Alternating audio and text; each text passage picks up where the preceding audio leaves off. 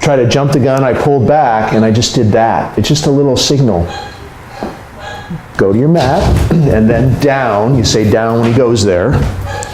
And he's, you know, he's a puppy. He's very energetic. He gets excited easy. Hey, right here, silly. So if you got him straight on the mat like this is really good. And then you want to start the exercise just rewarding him. Good. Make sure that you put the reward on the mat, and I'm just holding the reward like this, overhand. It's really simple. You just place it on the mat. Good. And then you let go of it and withdraw. And then if he tries to take it or touches your hand, you can say no, no. And usually 2 times is all it'll take.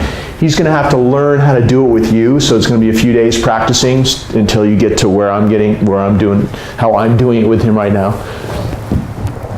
Good. But we've already practiced a little bit and you're already starting to get it, so I know you just need a couple more days. And it's just as much for the puppy to learn how to do it with you as it is vice versa, because he only does that with us now. And so every new person that wants to handle him has to practice a little bit so he gets it. Oh, I'm going to do all this stuff with you too.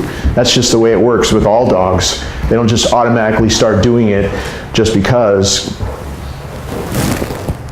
Good. Also, I'm putting the reward out like by his paws. If you put it closer to him, it's going to be way harder for him to not touch it with his snout and touch your hand, and it's going to be a lot harder for you to do it. So it's okay to put it out like even at the end of his feet. Good, because then you have the space of like that much, and he really waits, and then you withdraw and say good.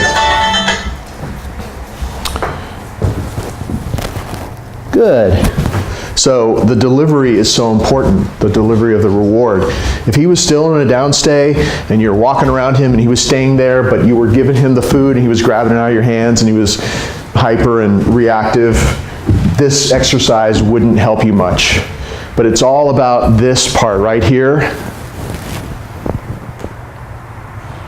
Good. That respect he has for you to wait till you withdraw, that little 2 seconds where he's calm and he's really waiting to do it the right way. It's so important because the idea is with all the training, it's about how you do it that matters, not whether he's sitting or down or come. It's how you do it that matters, so that when you release him out of these exercises, he's a little bit calmer. And that carries over through his, off the clock time as well. So once you've done that, then you can start, maybe you can drop the leash and maybe start doing bigger circles. Of course, we always start easy and then you work up to the hard stuff. Good. And no matter how fast you're moving or what you're doing, when you go back and do the reward, center yourself and be calm, because good.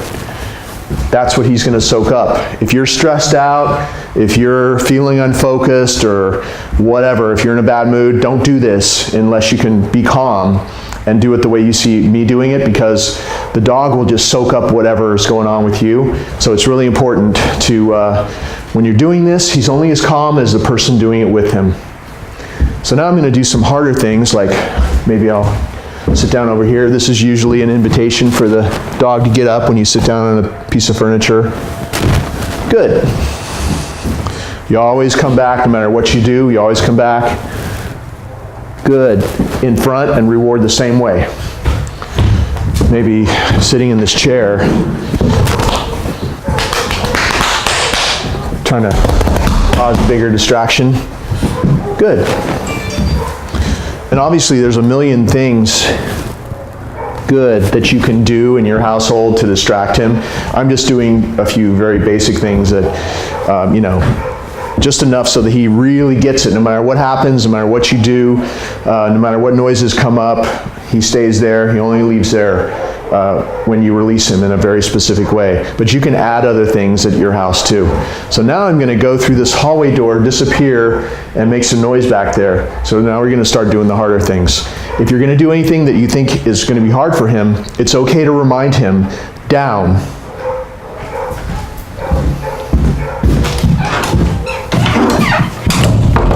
Knock on this door here. Good.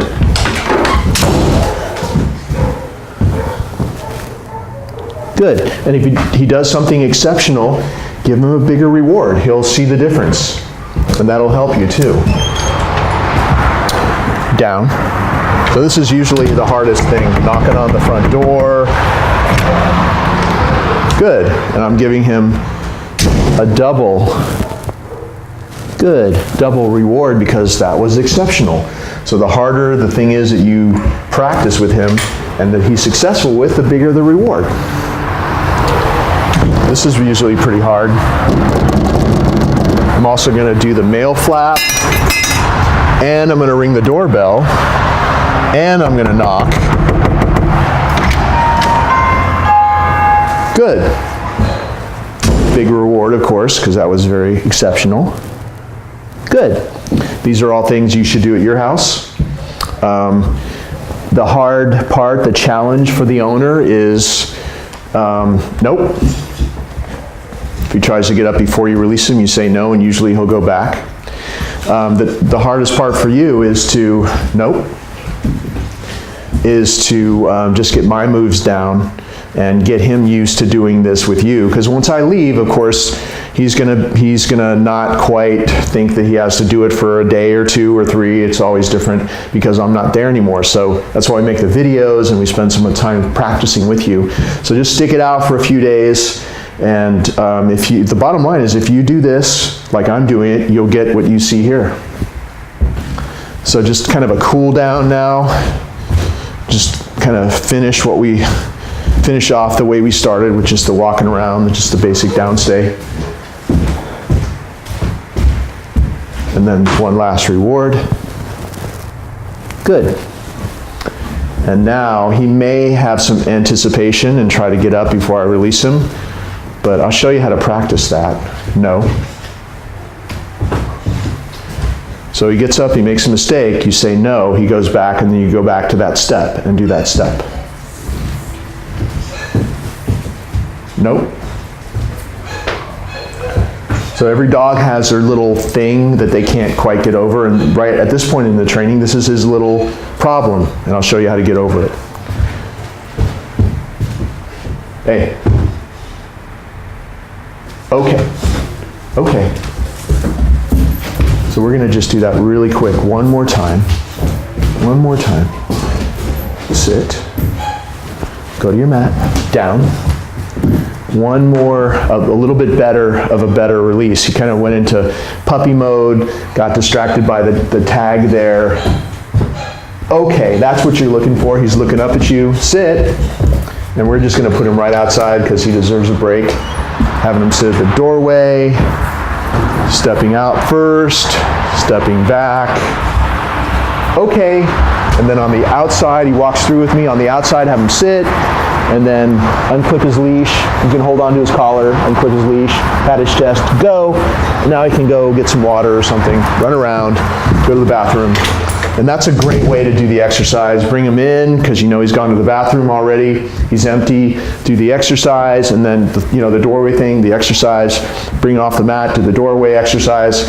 Release him outside for more free time. That would be a perfect way to do this. So you do this in the room that's close to the doorway, just like we're doing here. Sit. Just wanted to show you how I've been putting Beau into his crate. No. If he pops up before you release him, you say no, and just pull up with just a little bit of pressure, and his butt will go back down. Open this door, and he loves his crate, so make sure he waits. No. See what happens when he gets up before you release him? Door closes. And keep that leash loose. Never restrain him, because that makes it worse. You open the door, and then go. He goes in there. Why does he love to go in there so much? Because probably hundreds of times now he goes in there, he turns around, he gets a reward. So his association with the crate is great stuff happens in there. And then you can reach in and take off his equipment, his training collar, and his little choke chain. And I'm just going to go over here and get his choke chain, which wasn't on him, and show you how to do this. So we got his choke chain here too. So his routine at my house has been sleeping overnight in the crate. Because he's a puppy, he can't hold it as long as an adult, so we've been really careful about letting him out a lot. And he's the first one to go out in the morning, and he's the last one to go out at night. And if I can remember, right before I go to bed, I come out and I even let him out one more time, because he's way less likely to have an accident if you do that. As he gets older, that should get a lot better. But just let him out a lot. During the day, as long as he's been out for a while and gone to the bathroom, he could be in here for a couple hours during the day, and I think that we've done that a lot. And he hasn't had an accident, so I think that's safe. Just make sure that you bring him straight from outside. He's been out there for a while, so you know he's empty. Put him in the crate then. If he's going to be in the house, keep a leash on him for a while, because in this house, when he's been with me, he's barking at me because he's wondering why I'm talking so much. But I'm gonna do this little exercise that I was going to show you while I'm talking. So this is a little open door exercise where he learns to not come out until you allow him. Good. So here, if I'm at the computer, I'm watching TV, whatever, he's on a leash with me. You can put a little doggy bed right there where you're going to be, and he stays in the bed or he hangs out with you, because if you let him run around, he's going to go over there and pee or poop or whatever, and this is how you house train a dog. It doesn't matter that he's house trained here, you're going to have to do the same thing in your house too. Any new environment that a puppy goes to, you have to do the same thing for a while, but it will take you way less time than it took me, because you're the second house that he's going to be house trained in. If you let him run around and give him too much access and he has to go, he's just going to go somewhere, and you know, if he has too much space, there's too much space for him, so he can go over there and come back to you. So keep him on a leash. If he gets anxious or restless, you can see he's standing up, he's circling, take him straight outside, and the more you do that, good, the closer he'll get to being house trained. And it's best if you take him out the same door. And I know you have that sliding glass door that goes in your backyard, so if you always, take him out through that door, he's going to start going to that door and asking to be let out. And I think he'll start that really quickly. So that's the way you continue the house training in your house. So he's outside, he's with you on a leash, always, or he's in his crate. Only put him in his crate when he comes from outside. So that way he can hold it in his crate. And he won't have to go for a while anyway. Then when he's been in the crate for a while, from the crate outside you go to the bathroom, then inside on the leash with you, doing wherever you are, in the kitchen, watching TV, computer, on a leash next to you, so you can keep an eye on him. So this little exercise I'm doing is just another boundary exercise. He hasn't really messed it up once, but if he tried to come out, I'd say no, and just do that. So the whole idea is that he is staying in the crate and not coming through this boundary, because you control the boundary, and therefore he's not allowed to just barrel out and knock you over. And it's really easy to do it now, but when he's 90 pounds or whatever he's going to be, it's going to be a lot harder. So you should continue this now, so that when he's huge, you're going to have this, because this is all he's ever done with you. So I'm just going to pretend that, so he's been in the crate for a while, I'm going to pretend that I'm going to take him outside again. This little prong collar was hanging there. You can put his leash and his choke chain here. So I'm taking the choke, and this choke chain I only put on when we're going to take him out in public, because it's only for safety, it's not for training. It would really mess up his throat over time if you use this for training. So this is only to double up on the prong collar, and it's always loose unless that prong collar came off. Then it would take over and you wouldn't lose the dog. So that's the only reason we'd use a choke chain. So this goes on first, and I'm going to stick my hand through it like this. See what I'm doing? He takes it. As he's eating it, I just slip it over his head. That's the easiest way to do it, as he's taking the treat out of my hand. And then I'm going to attach the prong collar to the leash before I reach in there. Look how good he is. Good. He like tries to come out, and then he remembers he's supposed to stay in there, and he pulls back in, and I'm rewarding him for that. So the leash is attached to the prong collar, and it's attached to the funny looking buckle. And make sure it's not twisted, so you just let it hang like that, and it straightens itself out. And then take it like this, reach in, hook him up. This prong collar is the one that goes on the highest up, right under his ears, so it's right there. all his other collars are down below, so make sure that it's always right there. It's most effective that way. And it should be lightly touching all the way around, not too tight, but not too loose either. If it's too loose, when you do your little prompts, it'd go like this. So you want it just lightly touching all the way around. Just exactly the way it is when I deliver him to you. That's exactly how it should be. And you're going to have to add links because he's going to get bigger, obviously, because you don't want it to be too tight. So it's attached to the choke chain and the prong collar. And we're about to take him out. And then we'll just finish up this exercise. Once you have the leash on, you can practice standing back. If he waits, good. If he comes out, you say no, and he's going to go back in, or you might even have to do the little token slam. But I already did this with him. He knows the game, so if you just do my moves, he already knows how to do this. Good. And you just continue it. He'll get better and better. If you control the boundary to his crate, you're more serious in his eyes. You're actually in charge of something really important, this boundary into his bedroom. Feed him his food in there, give him his bones and chewies only in there. With this dog, you want to have a place where you can put him sometimes just to be away from guests or whoever, just to be safe. And you want him to love his crate, so you develop the crate as his den. Everything good happens in there, just the way you see me doing it here. Treats go when he goes in there. Don't give him a bone just anywhere. Give him a bone in there, because then he'll associate that as a great place, because that's where he gets his favorite chewies. Also feed him in there too. The door is closed always. It's closed when he's out because he needs permission, your permission to go in. It's closed when he's in there because he needs permission to come out. So just letting it hang open just negates all the benefits of the crate. So it's all about controlling the boundaries. So the door's always closed whether he's in or out, and then you always make sure that he waits until you pat your chest and say, okay. He comes out, come on, let's go buddy. He was in there for so long and I talked for so long, he wasn't sure if it was time to come out or not. And so I'm going to go back and close the door, which you should do as well. And then we get to take him outside again. That's it.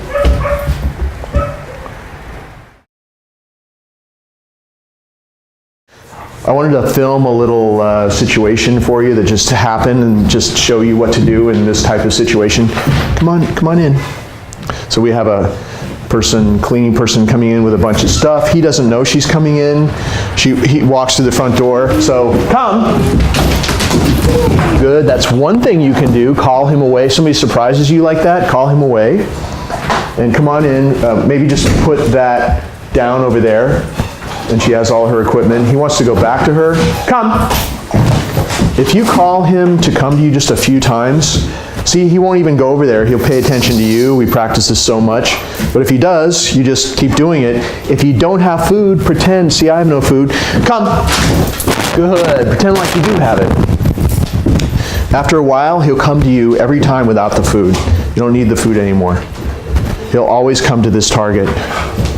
Look, it's Philomena. It's about Philomena. Good.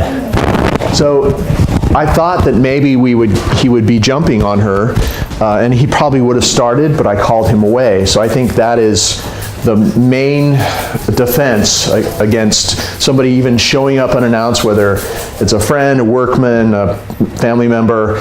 Just call him away. He's got a really solid recall, and just keep practicing it, and you'll have what you see on the videos. And if especially in the first couple of weeks you let him drag a leash around, or you keep him on a leash, it'll be really easy, because if he does for some reason ignore you, come. See that? Good. You got her in the shot, right? Okay. So he really likes Philomena a lot, and wanted to jump on her, but if you call him to come, he's going to come right back to you. It's going to be all about you, and he'll ignore her. You see what happens? Good boy. But family members, of course, at the same moment, if you teach them no, at the same moment you say come, the whole process will go even faster, and he's not going to be jumping on you pretty soon at all. Any of those people you practice with in that way. Oop. So I just was standing on the leash, but he wanted to run over there. So if you back up a little bit, let's see if he comes running over to you. I'm not going to be holding the leash. Look, it's Philomena. Look, you want to go down and pet him? Go pet him. Good. So you practice that for a little while, and I'm thinking that you do this with your daughter, and see, just when he starts to feel like he wants to jump, he'll come running back to you. Let's do that a couple more times. Pet him some more. Go. And if he doesn't come to you, come. Call him back to you. Good boy. Good boy. Come. Can you stand like right there? Thank you. Pet him some more.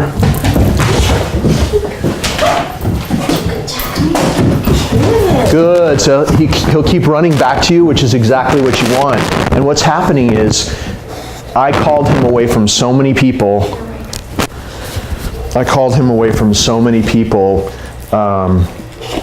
When he was jumping or mouthing or whatever, that now, when he feels like doing that, it's an automatic response to come running back to me. So as long as you do all that stuff at your house, he's going to be doing the same thing with you that you see here. And I don't think we have anybody here. Philomena comes once a week, so it's always exciting when she comes. He doesn't know her well. She's a little bit smaller, closer to the size of a child, so you can see how this works with her. And when he comes to you and you don't have food, I haven't been using food for a few minutes now, just love him up. Say good and love him up. And you know, you're going to use food for a couple of weeks after he comes back, but then you won't have to use it. It'll be just like he is here, where you don't really need it for most things. Good boy. Good boy.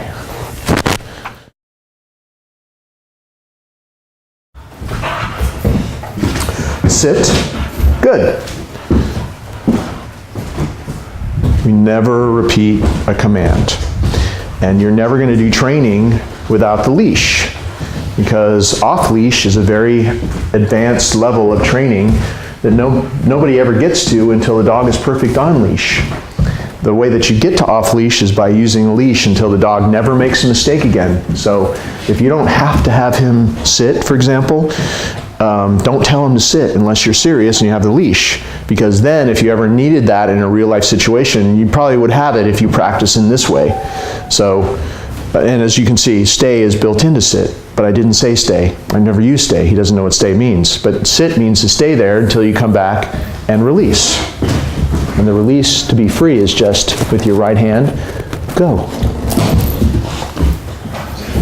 And you may see, like, he wants to run around and be a puppy, but all I'm doing is just kind of doing these little prompts that keep him from going crazy. He really wants to jump on the camera person, which is right there. And this is kind of an unusual situation for him and exciting, because we don't usually train in here, but we have a lot of rain today. So I'm just going to do that one more time. And by the way, this whole circle thing to reset is perfect. Sit. See how I do it at the end of the circle? Has him sit perfectly, like straight, facing the same direction you are. So that walking into him is really important. And then when you're going to reward him, make sure the reward is by your eyes. So he's looking me straight in the eye right now. Good. Straight down. You reward him. Straight down like that. Not like this, not where your hand comes out, of nowhere, and he just munches out looking that way. Have him look, eye contact. In a sit, when you're rewarding in a sit, this is the best way to do it. He waits till you come back next to him. Good. Eye contact. Good. He's staring at me as he takes the food. And then last time I released him with a pat on the chest. Go. Make sure that you do it exactly the way I'm doing it. It's go. Your hand does that. Or if you're going to walk with him, you say, okay. I'll walk this way. Come on. Down. That's the way that I'm practicing the down right now, because sometimes, good, especially when you're practicing in a new environment, and I've never actually done it here before with him, he'll, hesitate or, ignore it for a second. And so you saw what I did. At the same moment that I said the command, I gently but firmly helped him go there. So it's not, you don't say down and wait for him to ignore you and then do that, because you get stuck in that pattern forever. So you do down, just like that. And then very, very quickly, you won't have to do the foot thing anymore. And then of course, stay is built in to down. So obviously we never say stay, we never use that. And it's one whole command, way less talking that you don't have to use. So down means to stay, and so much more effective because then he knows he's supposed to stay. As you practice this and he gets better and better, he knows he's supposed to stay until you come back and release him. And there's way less talking. So if you want to reward him in a down, it's just the same way you do it when he's on the mat. Good, just like that. It's a good side view for you. And the mat, I think you were from behind him, but see how you just, good. Put it right there. And then the way that you release him is you stand next to him and you say, okay. He gets up, sit. If I'm going to release him to be free out of a down, I'm going to have him sit first, and then I'll release him from a sit stay. Go. Now he's free. If you just start releasing him out of a down, straight out of a down, he's going to start popping up and running around and being hyper. And really, it's all about how you release the dog out of a position that really matters. So when you release him out of a down, and then he knows he's still on the clock, you have him sit, and then you release him to be free that way. He keeps a little bit more of that calmness when he's released that way, and that's what you want. You want him to be calm when he's on free time, obviously. And so you just went back there and plopped back down, but he's on free time. He's doing whatever he wants right now, and that's fine. I just want to show you the little leash walking stuff with him. And notice whenever I'm walking, I am just always turning into him.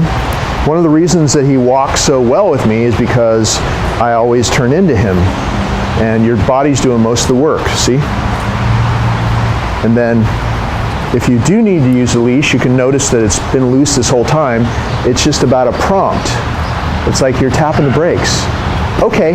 If you want him to go, you pat your leg and say okay, like that. And if you're going to turn, you always turn into him. And I'm not going to have him sit because it's wet on the ground, but I just wanted to show you the basic leash walking rules here. You're never going like this, you're just relaxed. It's just completely relaxed. You're just relaxed. It's so much easier to be relaxed. The leash comes out the back of your hand because then you have a lot of leverage. You just do that and see how I'm just moving it straight back. If you do it the other way, which would be like this, holding it down with your thumb, it's much harder and it's probably hurts your wrist, but it's not effective anyway. So just have it coming out the back of your hand. Just be relaxed. The other side, the loop goes over your thumb. Take up the slack with that hand. And then you can also pat your leg with that hand that has the leash and say, okay. And then always do left turns. Right before you do a left turn, you may have seen it right there. I did a little prompt. He lags behind. Okay. Pat your leg and have him catch up. Never drag him to you. Use some leadership skills, which is, come on, let's go. Okay, come on. If you have to do that, that way he runs to you. And whenever you're dragging him or the leash is tight, like if you're going like this and it was tight, all the training is going to go by the wayside because tension on the leash is your biggest enemy. It'll make him grab the leash. You see that? It'll make him start grabbing you. And so you want to keep it loose just the way you've seen throughout the videos, just like that, so you can do your little prompts like that. And whenever you turn, even if I wanted to go that way, okay, it's my opportunity to go left, to go right. See how easy that is? So easy. If you do it the other way, the old-fashioned way, you're going to be pulling the dog like this. He's going to start pulling away from you. It's just a disaster and it just doesn't work. So always use your body. It's also, the other reason for using your body is it's probably the most dominant move. You're dominant. If your body is showing him where to go, you're literally hurting him with your body, which in his mind, he's thinking, oh, that's the boss. Keeps the leash loose. So it's all good. So just practice that and just walk through your house, through your yard doing this. Get this move down. If you do what I've been doing, he's going to start doing this with you.